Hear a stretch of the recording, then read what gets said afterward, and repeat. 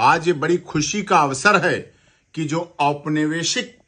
बात था, जिसे गुलामी की निशानी भी कह सकते थे, जिसके माध्यम से कानून की देवी को अब तक आंखों पर पट्टी बंधी हुई तलवार और तराजू के साथ दिखाया गया था, अब इसमें आज से आमूल चूल परिवर्तन के आधार पर अब हमारी कानून की देवी के हाथ में संविधान होगा, जो हमारे देश की जरूरत है। और आंखों पर पट्टी खुली होगी, दिख रही होगी, सब कुछ दिखेगा, क्या सत्य है क्या झूठ है, और सब कुछ दिखते हुए कानून का जो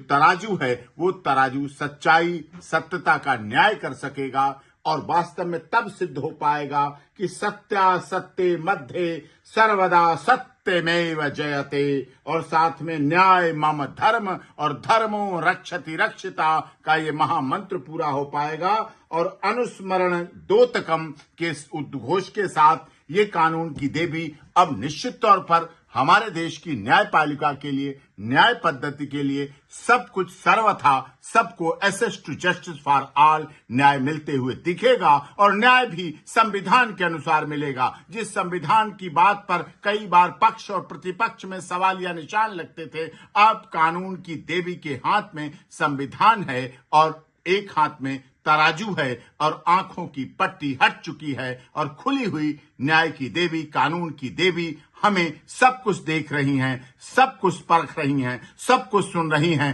कान भी खुले हैं, आंख भी खुली हैं, तराजू भी दिख रही है। और संविधान के अनुसार ये देश और इस देश के सभी गुवाहाटी से चौपाटी, कन्याकुमारी से कश्मीर तक के लोगों को न्याय मिल सकेगा, उपलब्ध हो सकेगा। लोग सभी विश्वास करते हैं, एक छोटे से छोटे व्यक्ति का जब कभी कोई झगड़ा होता है, वो बड़ी मार्मिक बात कहता है, वो दूसरी बड़ी से बड़ी धन बल, जन बल, बाहुबल वाले व्यक्ति को भी कहता है मैं तुम्हें कोर्ट में देखूंगा। मतलब उसका एक विश्वास है, एक भरोसा है कि हमें माननीय न्यायालयों से, अदालतों से न्याय मिलेगा। और न्याय का पराक्रम जो जिस तरह से चल रहा है वो बहुत अच्छा है। ये इसके लिए हमारे देश के माननीय